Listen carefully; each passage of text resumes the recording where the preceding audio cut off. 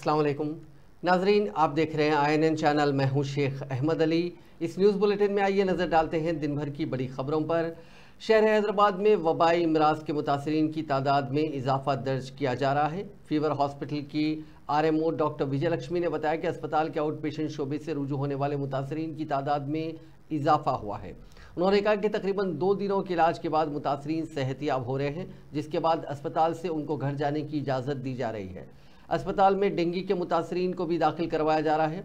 उन्होंने कहा कि मौसमी बुखार के शदीद होने, जिस्म में दर्द, उल्टियाँ, BP की सतह में कमी और जोड़ों में दर्द से मुतासिर हो रहे हैं। उन्होंने कहा कि मुतासरीन को ताज़ा ग़िज़ा, ताज़ा पानी और फल दिए जाएँ।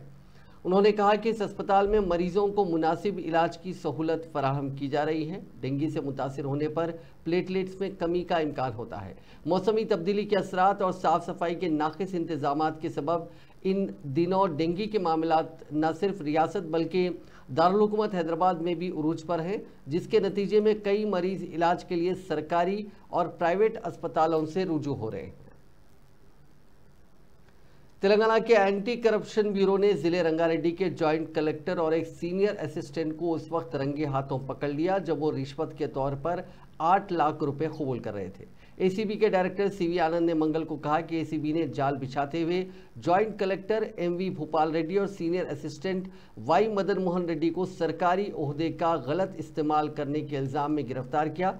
CV आनंद ने कहा कि उन्हें उस वक्त रंगे हाथों पकड़ लिया गया जब वो धरानी पोर्टल में ममनुआ फेरी से 14 गुंठे अराजी हदफ करने के लिए शिकायत कुनिंदा से रिश्वत के तौर पर 8 लाख रुपए कबूल कर रहे थे। उन्होंने कहा कि इन दोनों ओहदेदारों ने बचने के लिए कई हरबे इख्तियार किए थे, लेकिन हमारी टीमों ने उनसे एक कदम हमारी टीमें आगे रहीं और उन्हें जाल बिछाकर पकड़ लिया गया। CV आनंद ने बताया कि मोहन रेड्डी की कार से रिश्वत की रकम 8 लाख रुपए बरामद कर ली गई। पूछताछ पर मोहन रेड्डी ने ACB की टीम को बताया कि उसने joint collector MV Bhupal Reddy की तरफ से रिश्वत की रकम कबूल की थी। ACB ओहदेदारों की मौजूदगी में ही मोहन रेड्डी से भूपाल रेड्डी को फ़ोन करवाया गया, जिसमें भूपाल रेड्डी को बताया गया कि रिश्वत की रकम उसे मिल गई है, जिस पर भूपाल रेड्डी ने मोहन रेड्डी से कहा कि वो पिद्दा अंबरपेट आउटर रिंग रोड आकर रिश्वत की रकम उसे हवाले कर दे। तकरीबन 10:40 पर ये रात की बात हो रही है। भूपाल रेड्डी अपनी सरकारी गाड़ी में पिद्दा अंबरपेट आउटर रिंग रोड के करीब पहुंचे और उन्होंने मोहन रेड्डी की गाड़ी के करीब अपनी कार रोक दी। बादशाह मोहन रेड्डी ने भूपाल रेड्डी को रकम हवाले कर दी जो उन्होंने अपनी कार में रख ली थी।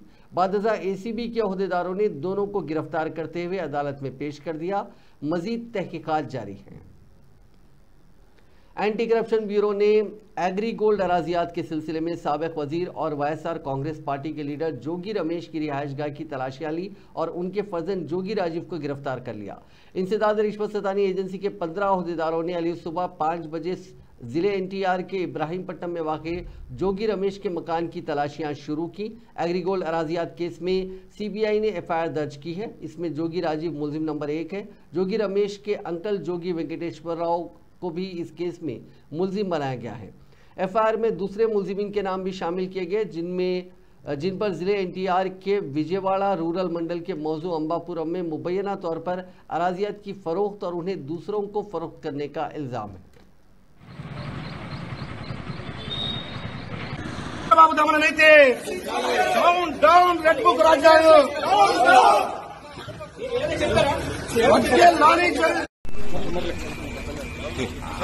చదువుకొని వచ్చాడు, MA చేశాడు, డిలైట్ లో జాబ్ చేసి వచ్చాడు.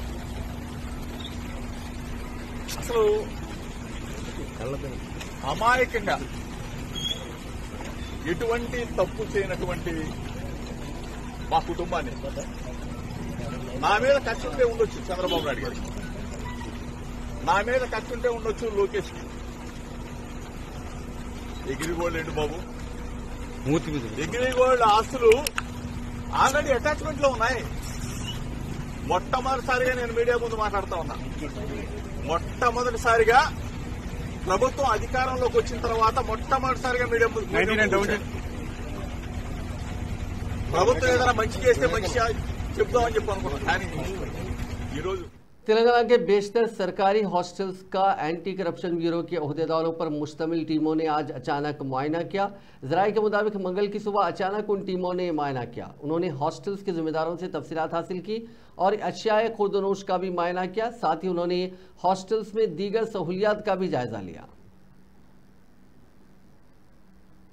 स्कूल में खाना खाने के बाद तुलबा के बीमार पड़ने के वाक़े के सिलसिले में जिला परिषद हाई स्कूल बीबी पेट संगारेड्डी के हेडमास्टर को मुअत्तल कर दिया गया। District educational officer Sangareddy Venkateshwar Rao ने कार्रवाई की। ज़राए के मुताबिक स्कूल में पीर को दोपहर का खाना खाने के बाद 24 तुलबा बीमार हो गए थे, जिनको नारायण खेड़ के सरकारी अस्पताल मुंतकिल किया गया। जब तुलबा के वालिदैन को इस बात का इल्म हुआ तो वो अस्पताल पहुंचे। उन्होंने इल्ज़ाम लगाया कि दोपहर के खाने में उबला हुआ चिकन अंडा खाने से ये तुलबा मुतासिर हुए हैं।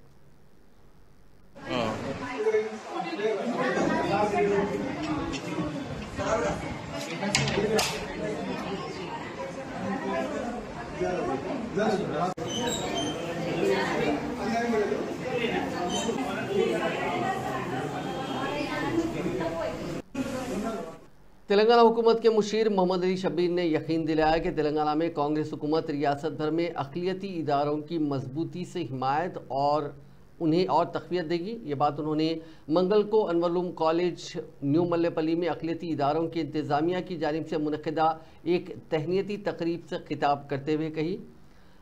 सभी अक़लियती इदारों की इंतज़ामिया ने मोहम्मद अली शब्बीर और वज़ीर आला रेवंत रेड्डी का शुक्रिया अदा किया, क्योंकि हाल ही में 2 ऐसे फैसले लिए गए जिससे अक़लियती कॉलेजों को काफ़ी मजबूती मिली। इन्हें दोस्त यानी डिग्री ऑनलाइन के अमल से इन्हें एग्जेम्पशन दिया गया। साथ ही अक़लियती पेशावराना कॉलेजों में तुलबा के दाखिले में इजाफे को मंजूरी दी गई। इस मौके पर बात करते हुए मोहम्मद अली शब्बीर ने कहा कि रियासती हुकूमत अक़लियती इदारों को और मजबूत बनाने के लिए सही फैसले लेगी। साथ ही फ़ी रिएम्बर्समेंट के बकाया जात सितंबर के पहले हफ्ते तक अदा कर दिए जाएंगे।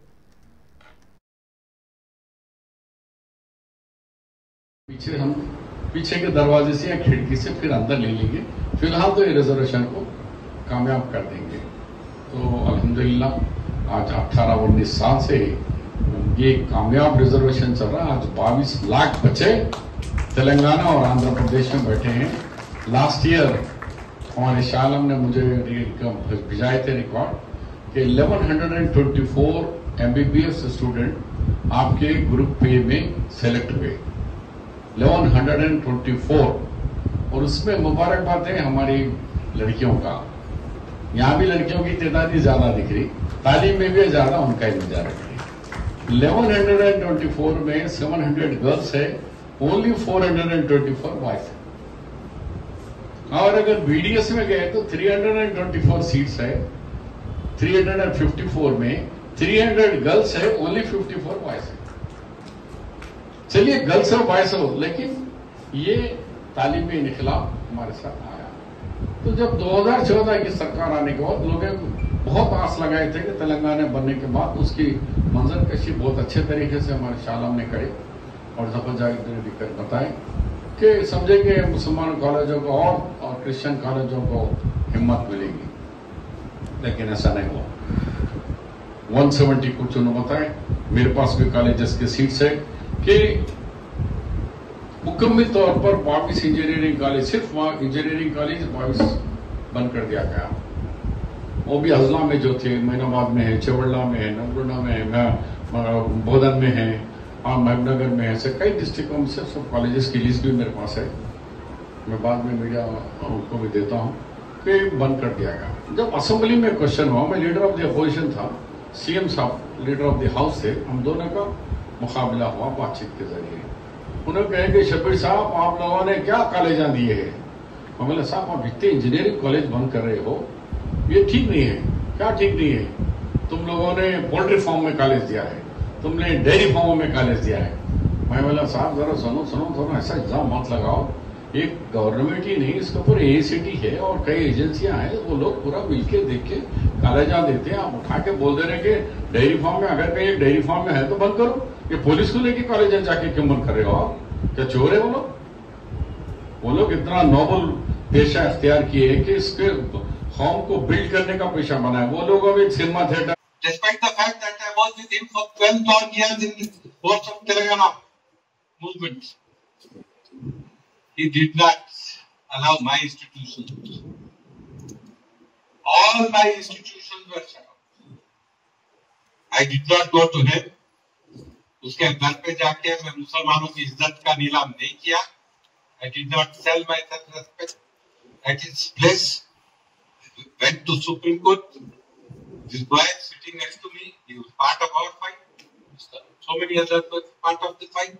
We fought it, and we got the order ended by the Honorable Supreme Court. It was our right. This government, I say very clearly, ये असलियतों की वजह से गवर्नमेंट आई, मुसलमानों के वोटों. No doubt about it. I took up the issue. खुला आम में खड़े रह के बोला कि केसीआर वोट मत डालो, कांग्रेस वोट डालो. उस वक्त कई लोग डरे, बोले अगर केसीआर जीत गया तो. जंग में हार और जीत लगी हुई है. जो शख्स मौत से डरता है वो डरना नहीं चाहिए. ऐसा नहीं है कि वो घर में बैठे. और मैंने चेक किया, केसीआर की गलादत को एक्सपोज किया. और आप देखिए, ये हकीकत है कि केसीआर तेलंगाना की जंग के अंदर अगर मुसलमान साथ नहीं देता तो तेलंगाना नहीं बनता. तेलंगाना बना, मुसलमान ने मुत्तहिद होकर उसका साथ दिया. लेकिन उस शख्स ने क्या किया, उसके चीफ मिनिस्टर बनने के साथ साथ फौरन 3-4-5 महीने के अंदर सबसे पहले 5 मुसलमानों को आलियर में खत्म किया. आलियर एनकाउंटर, ये फैक्ट है. 55 मुस्लिम स्कूल्स को जो है खत्म कर दिया गया, कॉलेजेस. ये फैक्ट है, बिल्कुल कांट डिनाई इट. और इतना हैरेसमेंट किया गया. दोस्त connected with JNTU will, I will just request them if I am speaking something untruth, please stand up and stop. He will for an apparatus, 50 रुपए की apparatus इसके लिए पूरे कॉलेजेस को बंद किया गया. वजीर आबपाशी कैप्टन उत्तम कुमार रेड्डी ने साबिक वजीर हरीश राव के उस दावे की तरदीद की कि सीतारामा प्रोजेक्ट का 90% काम मुकम्मल हो चुका है और उन्होंने इस दावे को मज़ाक़ ख़ैज़ करार दिया. उन्होंने जोर देकर कहा कि BRS हुकूमत के तहत सिर्फ 39% काम मुकम्मल हुआ था. उन्होंने ऐलान किया कि चीफ मिनिस्टर रेवंत रेड्डी 15 अगस्त को सीताराम लिफ्ट इरिगेशन प्रोजेक्ट के पंप्स को ऑन करेंगे. उन्होंने यकीन दिलाया कि प्रोजेक्ट 15 अगस्त 2026 तक मुकम्मल तौर पर काम करेगा. मंसूबे के इफ्तिताही इंतजामात और दीगर पहलुओं पर तबादला ख्याल के लिए मंगल को जलसौदा में एक जायज़ा इजलास मुनक़िद किया गया, जिसमें रियासती वज़ीर पुगलेटी श्रीनिवास रेड्डी ने भी शिरकत की. बाद में मीडिया के नुमाइंदों से बात करते हुए उत्तम कुमार रेड्डी ने BRS पार्टी पर तनकीद करते हुए सवाल किया कि मख्तस करदा 18,231 करोड़ रुपए में से सिर्फ 7,230 करोड़ रुपए खर्च करने के बाद 90% प्रोजेक्ट कैसे मुकम्मल हो सकता है. उन्होंने पिछली BRS हुकूमत पर इल्ज़ाम लगाया कि वो ज़्यादा कमीशन हासिल करने के लिए वक्त से पहले मोटर्स उसमें लगाई और इसमें आवाम का बेशुमार पैसा ज़ाया किया गया. స్వాతంత్ర దిన సందర్భంగా ముఖ్యమంత్రి రేవంత్ రెడ్డి గారి ద్వారా అక్కడ 3 పంపులు కూడా ఆన్ చేయబోతున్నాము. మేము ఈ ప్రాజెక్ట్ ని 15th ఆగస్ట్ 2026 కి పూర్తి స్థాయిలో కంప్లీట్ చేయబోతున్నాము. ఇది మా ప్లాన్. నేను మొదటి నుంచి కూడా ఇదే ఫిగర్స్, ఇదే విషయాలు మాట్లాడుతున్నాను. మేము డిసెంబర్ 7th 2023 ప్రమాణ స్వీకారం చేసాం. గత 7 నెలలుగా అందులో 3 నెలలు మోడల్ కోడ్ ఆఫ్ కండక్ట్ లో పోయింది. మాకున్న ఈ తక్కువ సమయంలో ఇరిగేషన్ శాఖని గాడిలో పెట్టడానికి, కొంత సిస్టమ్స్ తీసుకురావడానికి, కొంత ప్రయారిటైజ్ చేసి ప్రాజెక్ట్స్ ని ఒక रियासती वजीर तुमुला नागेश्वर राव ने दरियाए गोदावरी से खम्मम को पानी की मुंतकली के लिए गुज़िश्ता 35 साल से अपनी जद्दोजहद और कोशिशों को याद करते हुए मंगल को अश्कबार हो गए। उन्होंने अपनी तवील सियासी ज़िंदगी के दौरान कई मरतबा अहानत का सामना किया, लेकिन साबिक़ वज़ीर फाइनेंस हरीश राव के रिमार्क्स पर उन्होंने कहा कि उन्हें दिली सदमा पहुंचा है। खम्मम में डिस्ट्रिक्ट कैंप ऑफिस में मीडिया के नुमाइंदों से बात करते हुए नागेश्वर राव ने कहा कि मुत्तहदा आंध्र प्रदेश या फिर तेलंगाना में ख्वाह कोई भी हुकूमत रही हो, वो हमेशा ही अवाम की खिदमत को अवलीन तरजीह देती रही है। नागेश्वर राव ने BRS लीडर और साबिक़ वज़ीर हरीश राव के सीतारामा प्रोजेक्ट पर किए गए रिमार्क्स पर शदीद रद्द-ए-अमल का इजहार किया।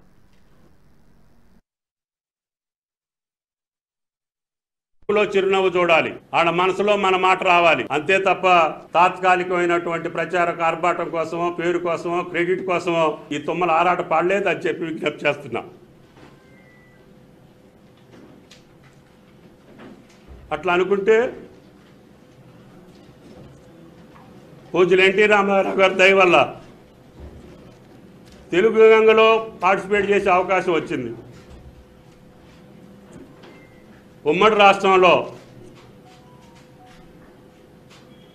చారిత్రకమైనటువంటి ప్రాజెక్టులు ఆ రోజు రాయలసీమ ఉద్యమం వస్తే ఆంధ్రీనేవా, గాలేరు నగరి, తెలుగు గంగ ఆ పథకాల్లో భాగస్వామ్యం అయ్యేటటువంటి అవకాశం వచ్చింది, శంకుస్థాపనలు చేపించే అవకాశం వచ్చింది. तेलंगाना में नामजद ओहदों को पुर करने की मशक जल्द ही शुरू की जाएगी। वज़ीर आला रेवंत रेड्डी के जनूबी कोरिया के दौरे से वापसी के बाद बाज़ अहम नामजद ओहदे पुर करने की इतलात मिली है।